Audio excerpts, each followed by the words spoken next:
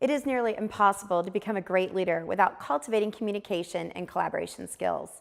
In fact, in today's digital we share everything culture, collaboration and communication are essential life skills, not just leadership skills. In this course, you'll learn how to communicate effectively while you lead your team, and you'll learn the characteristics of a collaborative leader.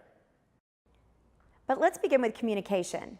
As a leader with your organization, the first step to communicating successfully at work is the ability to identify stakeholders. Every business scenario has stakeholders, from the smallest choice like employee incentives to larger decisions such as new business ventures. It is important to be able to see who will be impacted by your choices. These are the people you will be communicating with. Let's talk through a quick example. Imagine you're on a leadership committee tasked with finding new ways to attract talented graduates. Every dollar you choose to spend comes from somewhere in the company budget. The cool mentorship program you've developed will involve current associates. When implementing these new ideas, you'll have to communicate with everyone from human resources to financial management to current colleagues. In this example, these are your stakeholders. When communicating with stakeholders, your credibility is of the utmost importance. Communication efforts will mean nothing if the folks around you don't trust your word.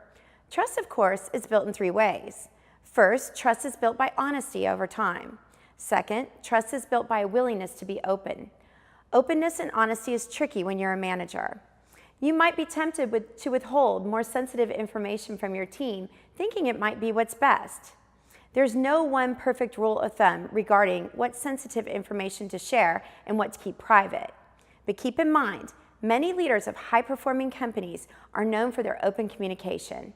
These leaders share as much as possible with their team, and if they can't share, they tell their employees why and when they expect to find out.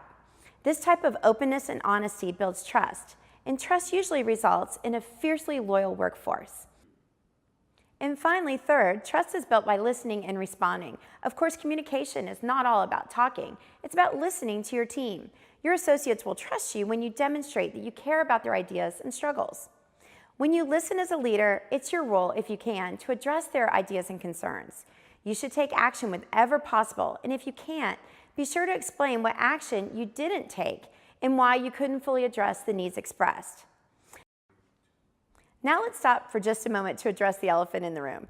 If you're going to be a solid communicator, you have to truly believe in what you're communicating. Sincerity is key. Most people can spot fake platitudes and generalities a mile away. You have to believe in what you're saying. Again, the reason for communication is clear. True leaders are people who inspire trust and loyalty through communication, and this makes the entire team more productive and efficient. Before we can move on to talking about collaboration, let's do a self-quiz on communication. I'm going to walk you through some statements. Answer these questions with a yes, no, or sometimes. Try to be as honest as possible. This isn't about getting a perfect score. It's about seeing areas where you can improve. Here's your first statement. I meet with staff one-on-one regularly, and at times I can count on, just to talk through their ideas. Remember, rate yourself here with a yes, no, or sometimes. Statement 2. I act on feedback, ideas, and concerns of my team. Statement 3. I am truthful when I share facts about organizational ideas, mission, and future. Statement 4. I encourage open communication as part of our organizational culture. And lastly, statement 5, my employees trust me. Now, for every yes you have written down, give yourself 2 points. For every sometimes, 1 point, and I'm sure you've guessed by now, you get 0 points for every no. If you scored between 8 and 10 points, congratulations, you're an excellent communicator for your team. If you scored between 5 and 8 points, you're doing a pretty good job. Just start focusing more on your communication efforts and you'll see improvement quickly. If you've scored below 5 points, your communication skills need improvement. Take some time to evaluate areas of communication we've discussed and think about where you can focus your efforts. Take 4 weeks and focus on just one area, such as open communication, for example. Then take your next communication challenge. Now let's transition to talking about collaboration.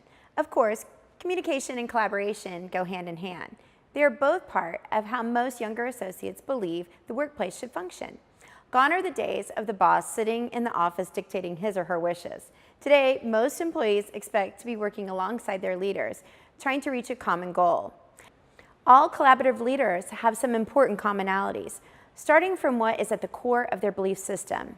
Instead of believing that your power stems from authority, collaborative leaders believe in the power of the team.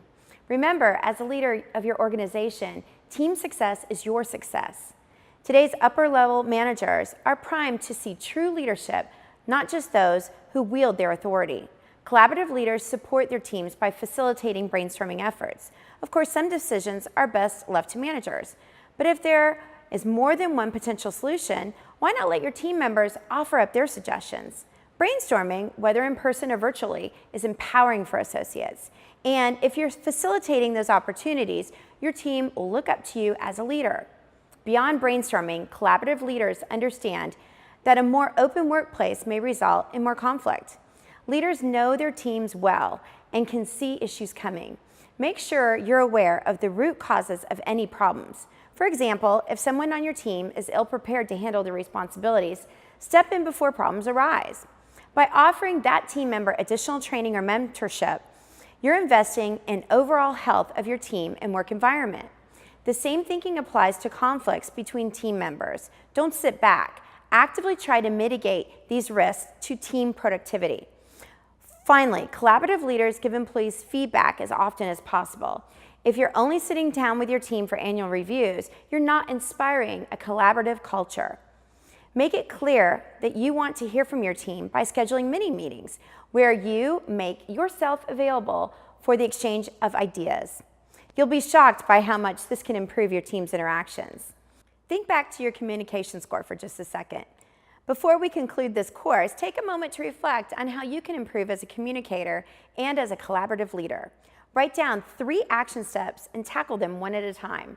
Remember, this just isn't for your company or your team. It's also about improving your individual skills as a leader and enhancing your own career.